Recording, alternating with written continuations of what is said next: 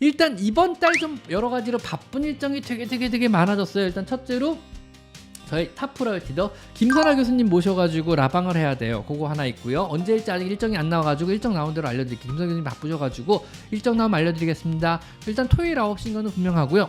언제 토요일 9시일지는 잘 모르겠지만 아마 11월 마지막 주가 되지 않을까 조심스럽게 예상해봅니다. 요거 하나 있고요.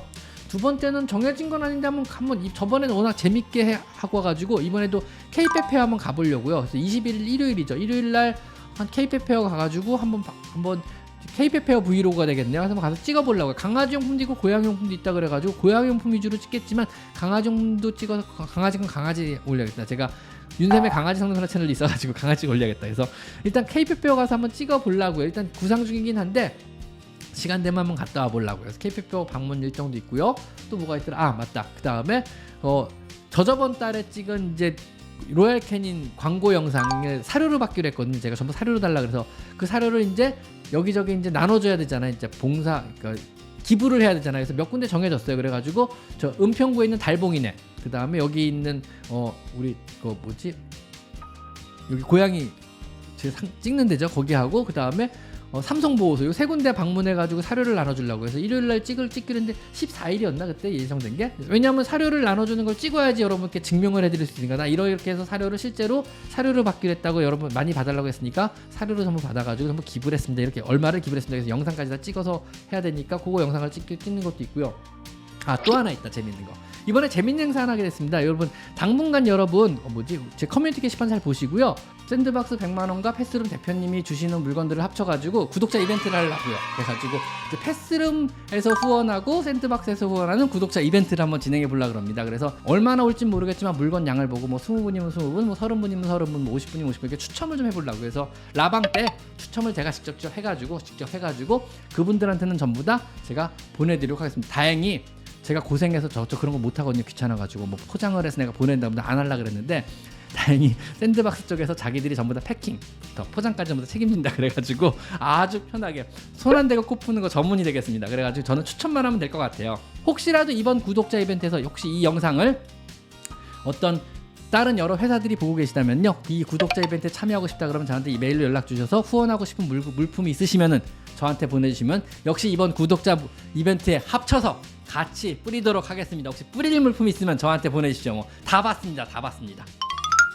리브 클리어죠. 퓨리나 리브 클리어인데 아직 구매할 수 없는 건가? 인터넷에서 판매하고 있는 게 안 보여. 일단 인터넷에는 구매가 안 돼서 이건 동물병원 가셔야 구매할 수 있어요. 이거 동물병원 전용 판매용 사료로 나온 거기 때문에 동물병원에 가서 처방을 받아야 되는 사료이기 때문에 인터넷으로 구매가 안 되고요. 동물병원도 지금 공급이 많이 딸리는 것 같아요. 일단 초기 수입 물량 자체가 굉장히 빨리 소진이 돼버렸고요. 두 번째로 요즘에 국제적인 물류 대란 때문에 지금 사료뿐만 아니고 약품부터 엉망진창입니다. 지금 사실은요. 그래서 굉장히 많은 모든 수입품들이 특히 미국 쪽에서 오는 것들이 많이 막혀 있어요. 지금 물류 대란으로 인터넷으로 한번 물류 대란으로 검색하시면요, 지금 전 세계가 얼마나 난리가 나는지 아마 알 수 있을 거예요. 진짜로 전 세계가 다 난리가 났어요. 그래서 사료뿐만 아니고 약품부터 해서 쇼티지 나는 것들이 저희 병원에도 지금 되게 많아요. 들어왔다 안 들어왔다 하고 지금 로얄 캐닌 같은 경우도 사료를 제한해서 줘요.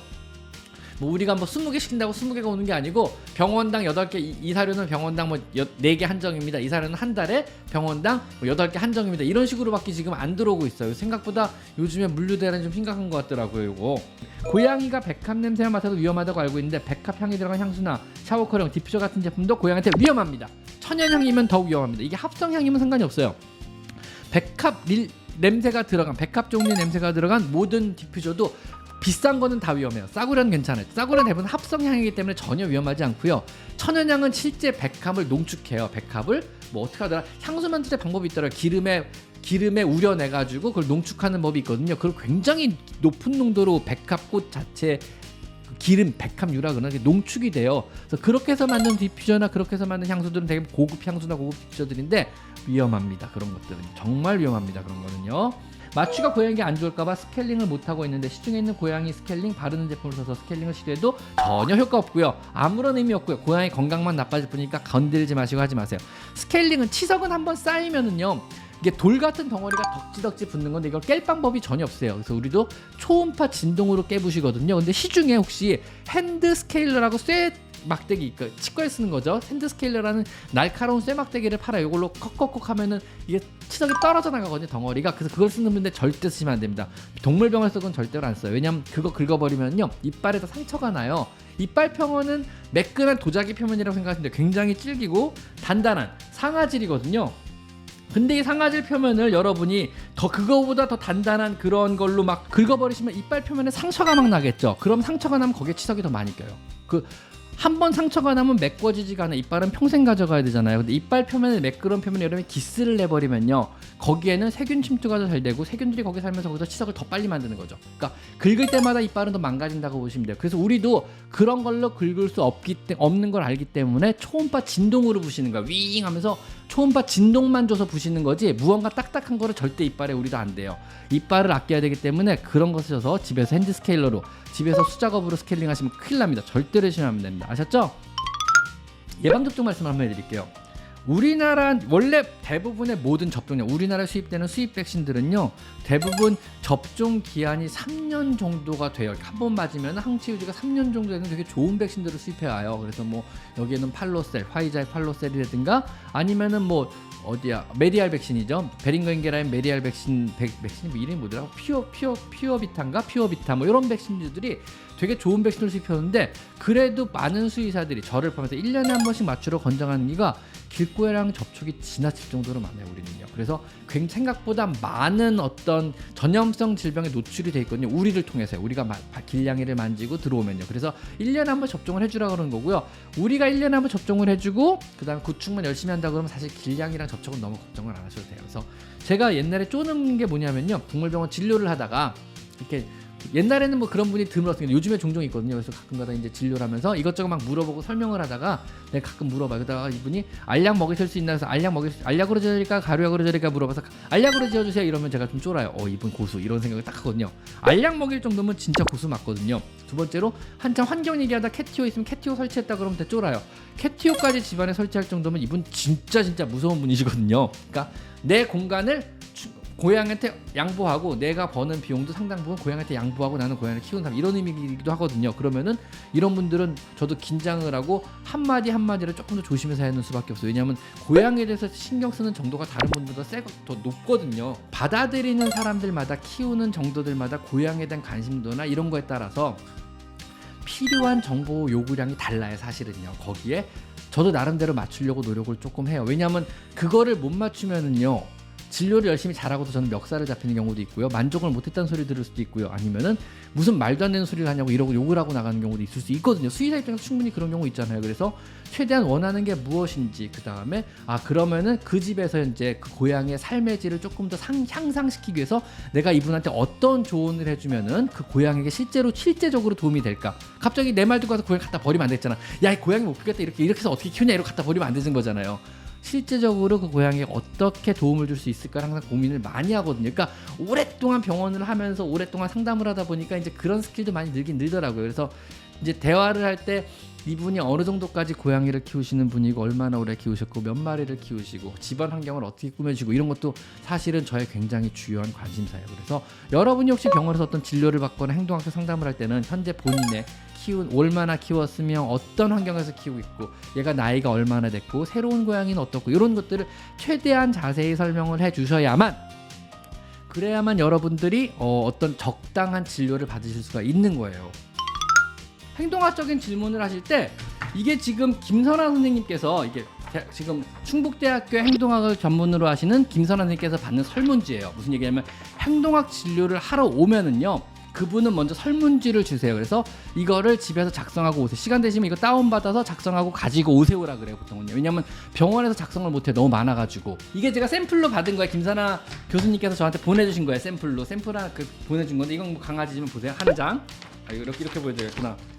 이게 김선아 선생님이 받는 두 장, 세 장, 네 장, 5장, 6장, 7장, 8장, 9장입니다. 이 9장의 설문지를 작성을 해야 그 다음에 진료를 하시는 거예요. 대단하지 않습니까? 근데 읽는 것도 일이에요.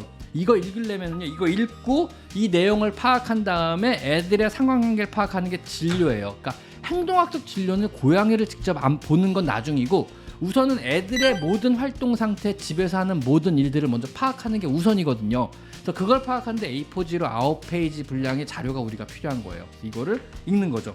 여기에 보면은 뭐 근래에 큰 병을 앓았던 나이가 얼마입니까? 뭐 이런 기본 정보부터 해서 근래에 큰 병을 앓았던 적이 있는지, 입양된 지는 얼마나 됐는지, 언제 데리고 왔는지, 현재 나이는 얼마인지, 가장 최근에 시술 사례는 뭐고, 어떤 행동을 주로 보이는지, 그 행동을 가장 최근에 한 건 언제인지, 가장 마지막에 한 건 언제인지, 언제가 가장 심했는지, 평소에는 보통 어떻게 하는지, 어떤 상황에서 이런 행동이 일어나는지, 이런 것들을 이런 것들 내용이 전부 다거든요. 그래서 일상 활동에서는 뭐 식사는 언제 하고, 어떤 걸 먹고, 누구랑 주로 자리 맡고, 어디서 자고, 잠은 어디서 자고, 얼마나 자고, 몇 시간이나 자고, 기분 좋게 자고, 깰 때는 어떤 식으로 깨고, 이런 것들이 다 내용이에요. 이거 파악만 끝나면 치료는 간단해요. 그거는 약 쓰면 됩니다. 그 다음에 약을 뭘 쓸지 결정하는 거죠. 약 종류도 그렇게 다양하진 않거든요.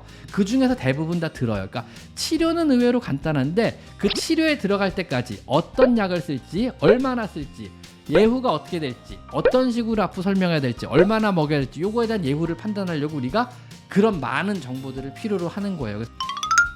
양이들이 근처에 오면 가끔, 자주 똥냄새가 나는데요. 고양이도 방귀를 자주 끼나요? 네, 방귀 자주 끼고요. 항문낭 냄새일 수도 있고요. 근데 굳이 항문낭을 짜주실 필요는 없습니다.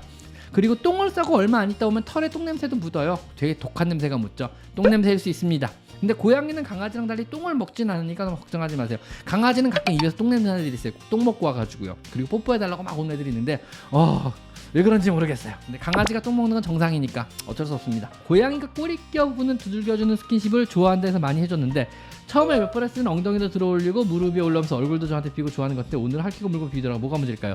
싫은 날 두들겨주면 안 됩니다. 원할 때 주셔야죠. 모든 스킨십은요, 원할 때 원하는 부위를 원하는 만큼만 해준다가 원칙입니다. 이것도 역시 제 영상에 잘 나와 있거든요. 여러분이 누군가와 기분 좋은 스킨십을 즐기고 싶으시면요, 역시 원할 때 원하는 대상이 원할 때 원하는 만큼만 해주시면 됩니다. 아셨죠? 갑자기 모르는 사람을 끌어안으면 딱이 맞습니다. 아셨죠? 원하는 사람이 원할 때 원하는 만큼 해주면 됩니다. 눈치가 있어야죠. 고양이도 마찬가지입니다. 원할 때 원하는 만큼의 원하는 강도로만 해주시면 됩니다. 아셨죠? 과해도 안 됩니다. 싫어할 때도 안 되고, 기분 안 좋을 때도 안 됩니다. 당연한 거죠. 아이와 고양이를 같이 키우는 데 유튜브 영상이 많이 있는데, 여유가 되신 데는 영상도 만들어져 있습니다. 죄송합니다. 그래서 제 초기 영상에 저도 이 부분을 많이 걱정해서 영상이 이미 있습니다. 그래서 보면은 이제 뭐 주의사항, 아이를 키울 때 주의사항이나 고양이, 그다음에 아이를 키울 때 좋은 점, 고양이가 있으면 우리 사람에게 좋은 점, 또 아이에게 좋은 점, 이 영상도 있고요. 그다음에 고양이가 있으면 실제로 임신할 때 문제가 되는지, 유산을 하는지, 그렇다면 주의사항은 무엇이 있을 수 있는지, 여기에 대한 영상이 있습니다. 3가지 영상이 다 있거든요. 그래서 모든 내용이 정리를 완벽하게 해가지고 영상을 차곡차곡 올려놨거든요. 찾아보시면요, 임신부터 아이에 대한 것, 그 다음에 마지막으로 고양이를 키우면 아이에게 얼마나 좋은지, 정서적으로도 얼마나 좋은지, IQ가 얼마나 높아지는지, 실제로 얼마나 아이들의 우울증의 감소에 도움되고 아토피 질환에 도움되는지, 아이의 건강에 어떤 도움이 되는지, 또 여러분의 건강에도 얼마나 도움이 되는지, 이런 영상까지 차곡차곡 다 쌓여 있거든요. 한번 잘 찾아보세요. 그래서 제 영상, 제 채널에 들어와서 못 나가게 만들려고 진짜 아주 사악한 마음을 가지고, 이 사람들 내 채널에 들어오면 못 나가게 만들어야지 이러고, 진짜 다양한 질문에 다양한 여러 가지 영상들, 인기가 당장 있던 없던 상관없이 누군가에게 언젠간 필요한 영상은 다 만들어놨어요. 그러고 있고요. 지금도요. 지금 현재도 이 영상을 만들면 몇 명 안 볼까, 그렇지만 만들어야지 이러고 만들고 있어요. 왜냐하면 지금 뭐 조회수 이런 거 상관 안 하고요. 언젠간 누군가에게 꼭 필요한 영상이 생각하면 지금 만들고 있거든요. 왜냐하면 그런 분들이 언젠간 다시 들어와서 내 영상을 찾아볼 거고, 그러다가 그 보석 같은 영상을 발견하면 그분 입장에서 얼마나 기분이 좋겠어요. 아, 이런 영상이 있었구나 하고, 나한테 정말 필요한 영상이었는데. 그리고 요즘에 제가 받는 어떤 답변들 중에 가장 기분 좋은 게 정말 많이 도움됐다고, 이거 보고 정말 도움됐다고. 근데 뜬금없는 영상들, 내가 옛날에 만들어 놓고 사람들 조회수 얼마 안 된 영상, 몇 천밖에 안 된 영상들이 있어요. 진짜 옛날에 만들어 놓고, 이게 뒤늦게 그분이 발견하시고 정말 많이 도움됐다고 인사를 하는데 기분이 정말 좋아요. 여러분 혹시라도요, 가끔가다 막 걱정되는 게, 제발 부탁드리는데요, 저는 수의사기 1위의 유튜버고 수의사인 유튜버인데요, 여러분이 제가 들은 내용을 가지고 여러분의 담당 선생님한테 어떤 윤쌤이 뭐 그랬는데 이렇게 해달래요, 이렇게 요구하시면 되게 기분 나빠하실 수 있으니까 좋게 말하셔야 돼요. 그래서 저는 그냥 들은 거는 참고하시고, 제가 한 정보는 다양한 정보를 여러분한테 받아내고 있고, 이 중에서 필요한 정보를 취득하는 건 여러분의 몫이에요. 저는 많은 정보를 드리고 있고, 이 정보들 속엔 여러분한테 필요한 정보도 있고 필요 없는 정보도 있고, 여러분이 좋아할 만한 정보도 있지만 여러분이 불만을 가질 만한 정보도 분명히 있단 말입니다. 이 정보에서 필요한 부분만 취하는 게 구독자분들의 자세라고 생각을 해요. 저는 유튜버로서, 정보를 전달하는 유튜버로서 다양한 정보들을, 틀리지 않은 정보를 다양하게 밀도 있게 차곡차곡 알려드린 게 제 의지고 또 제 목적이잖아요. 여러분은 그 모든 것을 그대로 받아들이면서 필요한 부분만 취하는 것도 여러분의 자세라고 생각해요. 자신의 고양이를 위해서요. 물론 제 정보 중에는 틀린 것은 거의 없습니다. 있으면 큰일 나죠. 일단은 수의사니까 그러면 안 되죠. 일단은요. 제가 항상 강조하는 게 주치의 선생님과 좋은 관계를 유지해야 여러분의 고양이가 오래 살게 돼요. 왜냐하면 그래 하나라도 더 신경을 써주고 하나라도 물어봐주고 이 고양이를 오래 살리기 위해서 지금 당장 빠르게 치료할 수 있겠지만 약을 좀 더 순한 걸 써주고 이 약을 오래 쓰면 안 될 것 같으니까 빨리 끊어버리고 좀 더 길게 끌고 가고 이런 식의 여러 가지 방법들을 써가지고 그 다음에 조금이라도 상태가 안 좋아지면 바로 내가 굳이 손볼 필요 없어. 내가 치료 안 하고 바로 큰 병원에 보내가지고 그쪽 병원에다 이러이러한 걸로 보냈는데 그것만 빨리 좀 치료 좀 잘해주시고 잘 좀 부탁돼가지고 어떻게든 살려서 다시 내 병원으로 다 오게 하는 이렇게 해서 최대한 그 고양이의 어떤 삶의 질을 연장하고 삶의 질을 유지시키고 오래 살게 하는 게 주치의 선생님의 몫이거든요. 그래서 항상 관리하는 주치의 선생님과 좋은 관계를 유지하려고 노력하는 것은 여러분이 보호자로서 해야 될 일이에요. 예를 들면 이런 거예요. 여러분이 자녀가 있다거나 아니면 여러분의 부인이거나 여러분이 보호자 입장에서 병원에 가면은요. 여러분 의사 선생님한테 인사도 하고 잘 부탁드립니다 인사도 하고 맛있는 것도 사드리고 그럴 거 아니에요. 왜냐하면 그분이 잘 봐주시길 바라는 마음에서 그런 거잖아요. 뭐 그래야 더 잘 보는 건 아니지만 물론 그렇지 않아도 당연히 잘 보겠지만요. 그래도요 그 마음가짐을 보라는 겁니다. 그냥 병원에서 고압적인 자세로 그래서 치료 어떻게 할 건데 네가 어떻게 할 건데 뭐 너무 비싼 거 아니야 사기치는 거 아니야 이런 식의 고압적인 자세를 보다는요 좀 유화적인 태도로 그래도 내 고양이를 좀 잘 봐주십시오. 이러면 저희도 입장에서도 그러면서 잘 봐준다는 게 뭐랄까 제가 무섭고 쪼는 경우가 있어요. 너무 막 고압적인 자세는 제가 무섭고 쫄아요. 그러면은 저는 어떤 생각을 하냐면요. 와, 얘 잘못되면 정말 큰일 나겠다. 무섭다. 그럼 빨리 큰 병원을 보낼 생각을 해요. 왜냐면 이거 잘못하면 멱살 잡히겠구나. 혹시라도 내가 실수하거나 얘가 상태가 안 좋아지면은 잘못하면 내가 어떤 오해를 받겠구나. 이런 느낌이 드는 거죠. 그럴 때는요. 저도 무섭기 때문에 내가 어떻게 진료를 좀 어떻게 하면은 좀 다른 병원, 큰 병원이죠. 더 상위 기관에다가 얘를 가는 게 낫지 않을까. 이런 생각을 저는 하게 되는 거죠. 왜냐면 저도 무서우니까요. 저도 사람이잖아요. 그리고 근데 이제 선생님 믿고 맡기고 뭐 이런 식으로 취하면 저도 일단 최대한 그 보호자분 참 좋은 분이구나. 그럼 나도 한번 열심히 한번 다 해보자. 뭐 나를 믿으시니까 어떤 내가 제대로 설명만 한다 그러면 오해가 없겠구나 이런 생각이 드는 거죠. 사실 이 발언이 여러분한테 뭐 누군가한테 굉장히 욕을 먹을 수도 있겠지만 그럼 뭐 어떻게 뭐 니네한테 맛있는 거라도 주라는 소리야 뭐 그럼 어떻게 니네가 뭐 달라는 돈 다 주고 뭐 무조건 인사하는 소리야 뭐 저 자세로 이런 얘기가 아니고 인간적인 좋은 관계를 유지하는 게 좋다는 거죠. 제 얘기는요. 모든 수의사가 그렇게 도둑놈들이 아닙니다, 여러분. 모든 수의사가 여러분을 속이지 않아요. 모든 수의사가 자신의 책임을 밟아. 인터넷에 보면 되게 험한 말들 많이 나와요. 저도 가끔 읽어요. 그래서 깜짝깜짝 놀래요, 저도요. 양측 얘기는 다 들어봐야겠지만요. 근데 모든 수의사가 그렇지는 않아요, 여러분. 내가 아는 대부분의 내 주변의 수의사들은요, 다 좋은 분들이세요. 진짜로. 제가 그냥 그런 사람들하고 친해서 그런지 모르겠지만 대부분 다 이제 고양이를 걱정하고 강아지를 걱정하고 자신이 치료 못한 애를 마음 아파하고 자기가 키우는 강아지 고양이를 지금도 걱정을 하고 있고 이런 사람들이 많거든요. 그래서 그냥 좋은 수의사를 혹시 근처에서 찾았고 여러분과 잘 맞는 수를 찾았다면 그분들하고 좋은 관계를 끝까지 잘 유지하도록 잘 믿어주시고 노력을 좀 해주셨으면 좋겠어요. 이번 11월 달에 이벤트와 행사가 많다는 거 다시 한번 고지드리고요. 그 다음에 뭐 특별한 거 없으면은 아마 21일 날 일산 K-펫 페어에 가게 될 것 같아요. 혹시 거기서 보시면은 같이 인사나 가끔 하시죠. 지나가다 혹시 알아보시면은 인사해 주시면 제가 90도로 폴더 인사 여러분께 돌려드리도록 하겠습니다. 그리고 이상한 남자가 마스크 쓰고 카메라 들고 다니는 너무 뒤에서 흉보지 마시고 저일 수도 있으니까 흉보지 마시고 그냥 가볍게 인사만 해주시면 저도 90도 폴더 인사하시고 갑자기 쫓아와서 왜 그딴 정보가 좋냐고 막 멱살을 잡지 마시고 인사만 해주시면 저도 가벼운 인사로 대응하도록 하겠습니다.